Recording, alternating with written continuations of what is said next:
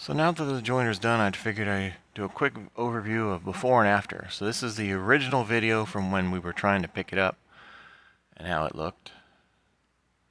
And yeah, it's for 110 plus years old, it's held up pretty good.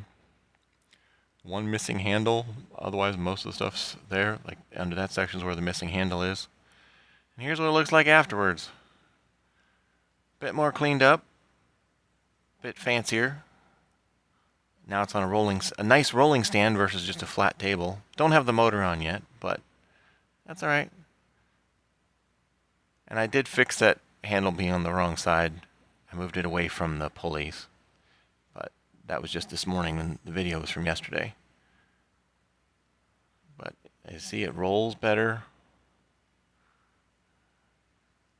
And then once we get that sorted, you can see the replaced handle right there and the spacer block I made to put in there, so that now works. I cleaned up all the paint and everything and got the letters so they stand out much better. The guard still needs adjusted down, but it's going to work. It just needs lowered. It's out of the way for now, so that's good. Yeah, I think it looks much better now than it did, so very cool, successful project.